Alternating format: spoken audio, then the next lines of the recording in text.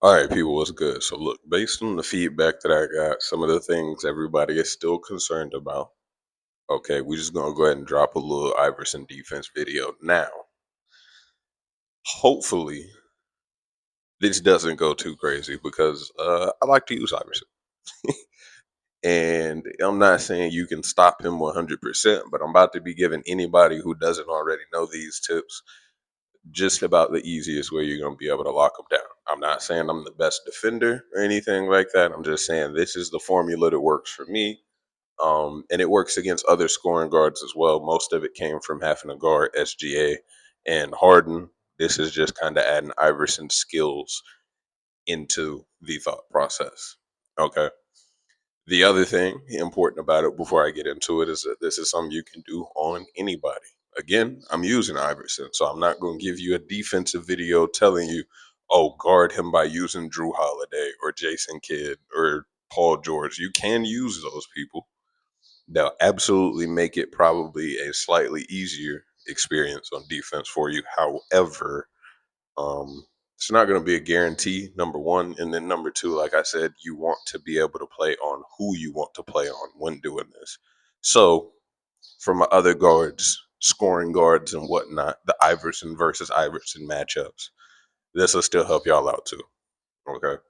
So, like I said, this will all mostly translate to other people. And as I'm talking and explaining it, you'll kind of be able to understand the formula for how you would transfer it to other people. But I'll throw in some SGA and Harden tips as we get to the end once we get through Iverson's skill cycle. Okay. So, first things first, the mid range. Okay. This is not necessarily something that's going to be a consistent stop just because, number one, all scoring guards and really everybody in the game damn near gets like guaranteed twos. And with contest zones shrinking and things like that, people who are able to cover a lot of space in a pretty fast amount of time, it can be kind of tough to be able to guarantee you're going to be stopping twos. So if you're not able to stop the two, don't worry about that. That's not me saying just give them up. You still want to try. But the main focus of this guide is going to be on threes. Anybody that hoops knows you can make twos all day, but if the other team is hitting threes and for whatever reason you're not, that part will very quickly ruin your game, regardless of how many twos you're hitting. So, while showing you how to control stopping them in the mid range, keep it in the back of your mind that you're kind of going about this as a give up the two kind of thing.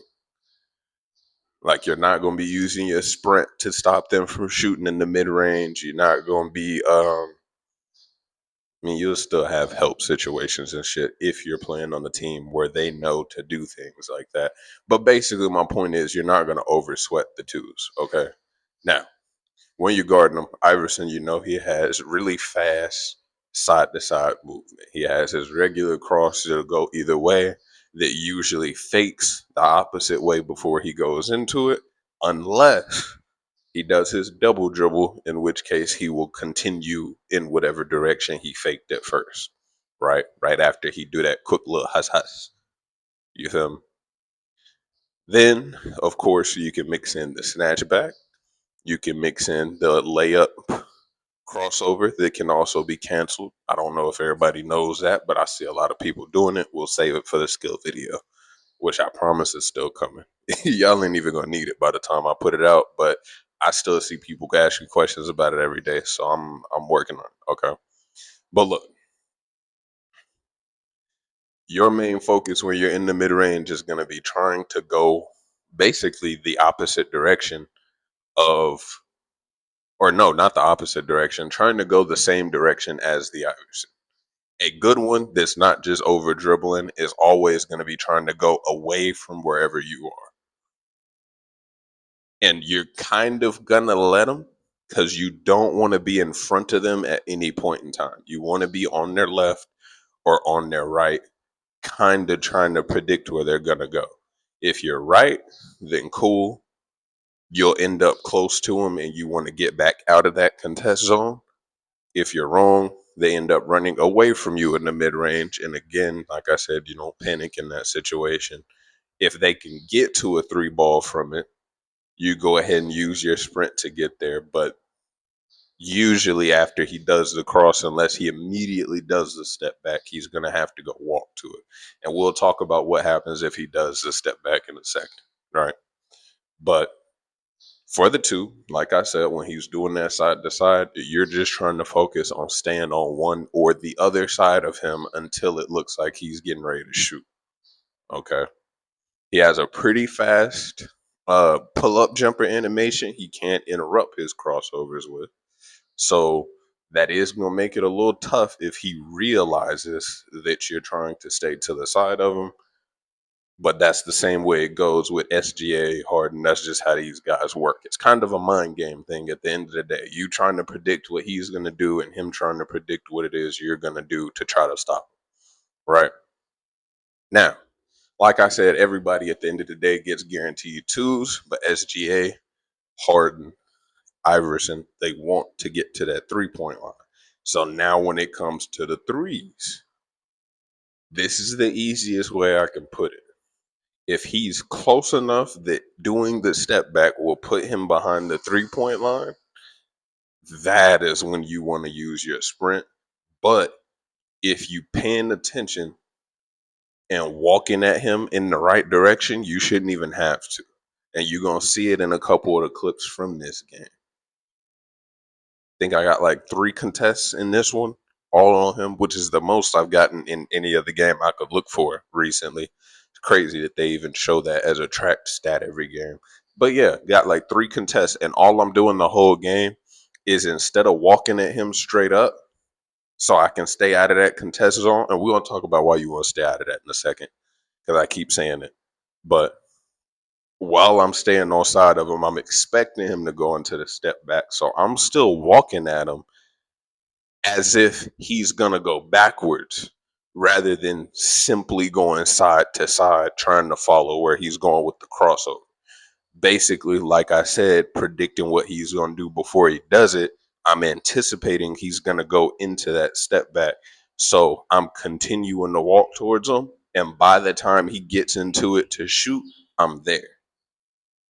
Easiest way to watch out for this is anytime he's standing near the 3-point line. If he's behind it, you can rest and focus on the side to side because the step back is going to pull him too far from the goal for him to be able to make that shot most of the time.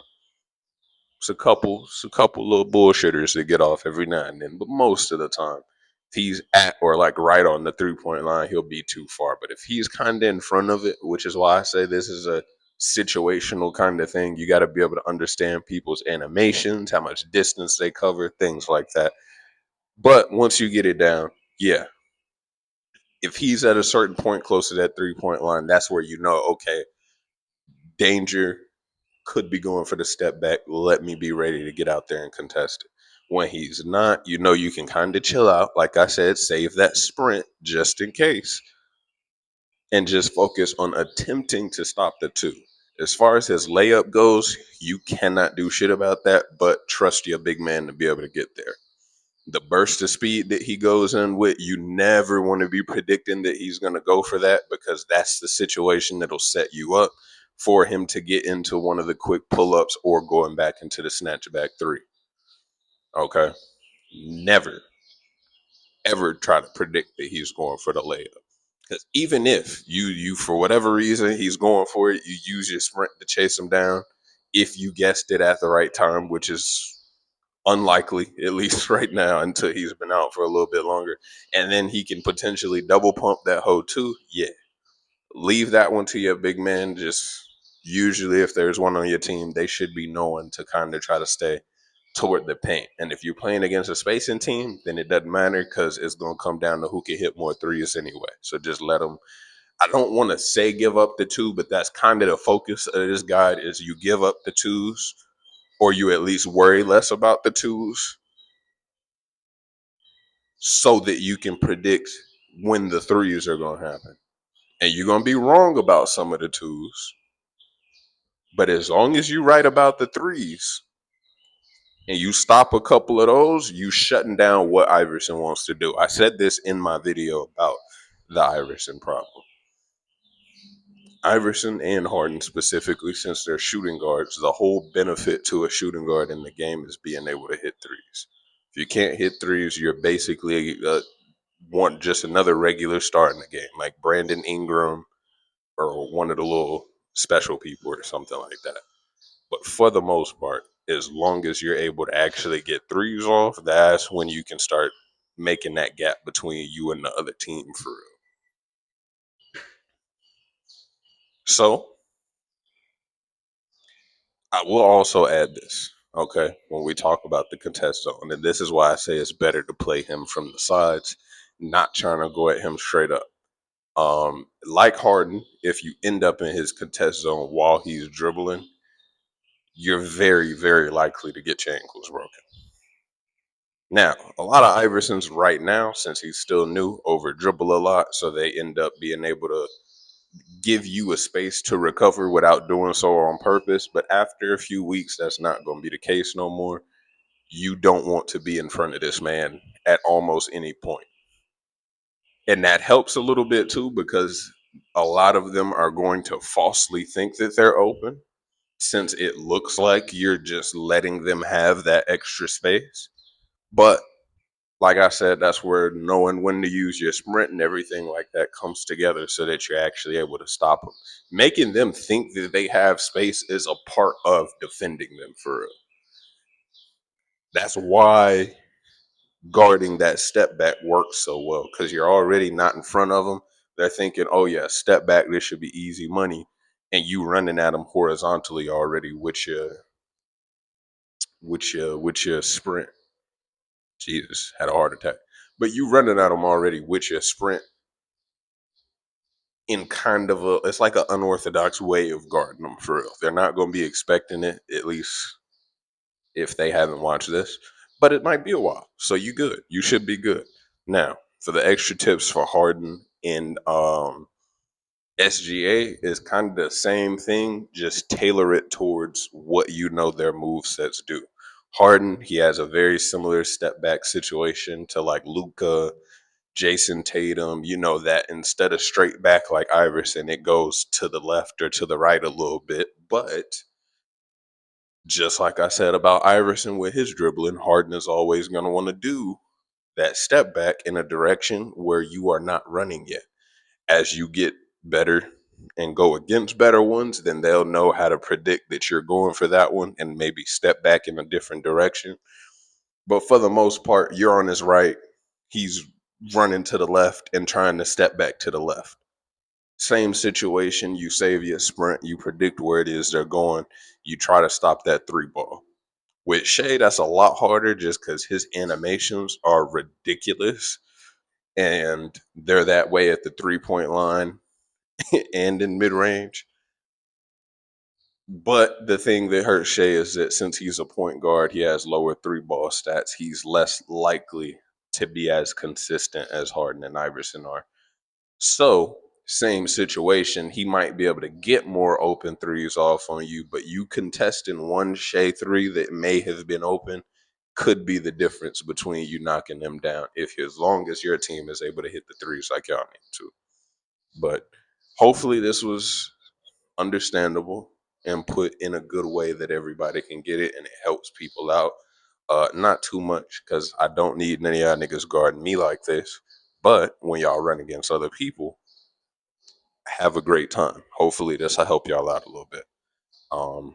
Skill video is still on the way. I got a Wimby video on the way. We got a lot of different videos coming.